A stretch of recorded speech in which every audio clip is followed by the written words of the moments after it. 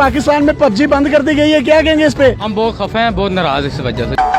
ये एक ही अदारा था हमारे पास, वो भी इन लोगों ने छीन लिया है। क्या नुकसान होगा पबजी के बंद होने? आज काम नहीं मिलेंगे, टेक्सटाइल बंद हो जाएंगी।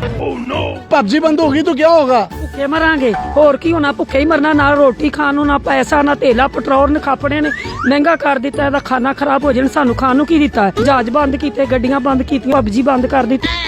तो आप पबजी खेलती थी? ਹਾਂ ਜੀ, कौन सी स्टेज पे थी? ਨਵਾਜ਼ ਸ਼ਰੀਫ ਦੇ ਨਾਲ ਦੇ ਸਾਂਸੀ।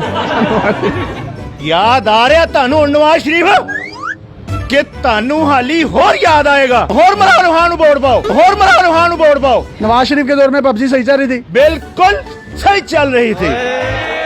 कौन जिम्मेदार है पबजी का? ਅਸੀਂ ਸਾਰੇ ਜ਼ਿੰਮੇਦਾਰ ਹਾਂ, ਅਸੀਂ ਸਾਰੇ ਜ਼ਿੰਮੇਦਾਰ ਹਾਂ, इसलिए कि हम निकम्मे हैं। हम नहीं देखते कि किसको वोट देना, किसको नहीं देना। पबजी बंद हो रही है पाकिस्तान में, क्या कहेंगे इस पे आप? बिस्मिल्लाहिर्रहमानिर्रहीम।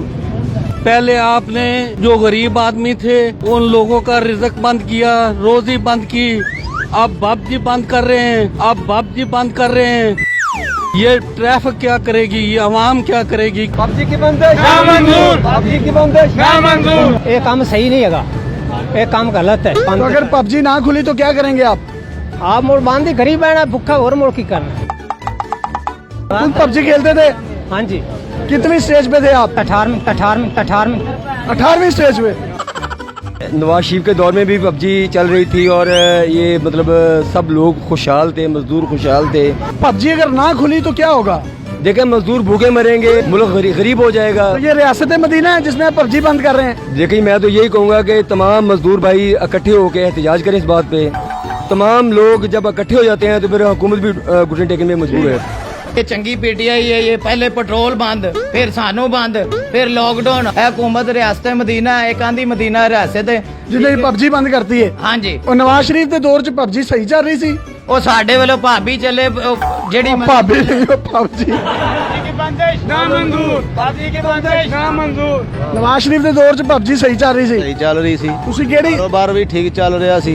अगर पबजी ना खुली तो क्या नुकसान होगा? ਇਮਰਾਨ ਖਾਨ ਕੋਲ ਉਮੀਦ ਸੀ, ਉਹਨੇ ਹਰਕਤਾਂ ਕੀਤੀਆਂ, ਇਹ ਕੰਮ ਕੀਤੇ ਉਹਨੇ। ਹੁਣ ਅਰਤਗੁਲ ਆਏਗਾ, ਨਵਾਜ਼ ਸ਼ਰੀਫ ਨੂੰ ਘੋੜੇ ਤੇ ਲੈ ਕੇ ਆਏਗਾ, ਮੁਲਕ ਦੀ ਤਬਦੀਲ ਚੇਂਜ ਕਰੇਗਾ। किन्ने ते लेके आएगा? ਘੋੜੇ ਤੇ ਲੈ ਕੇ ਆਏਗਾ, ਘੋੜੇ ਤੇ। ਇਹ ਹੈ ਰਿਆਸਤ ਮਦੀਨਾ। ਹਾਲੀ ਅੱਗੇ ਅੱਗੇ ਦੇਖੋ, ਓਏ ਹਾਲੀ ਤੇ ਭਾਬੀ ਜੀ ਬੰਦ ਹੋਏ ਨੇ। ਹਾਲੀ ਕੀ ਬੰਦ ਹੋਏਗਾ? की बंद हुए ने? ਭਾਬੀ ਜੀ ਬੰਦ ਹੋਏ ਨੇ, ਭਾਬੀ ਜੀ ਬੰਦ ਹੋਏ ਨੇ।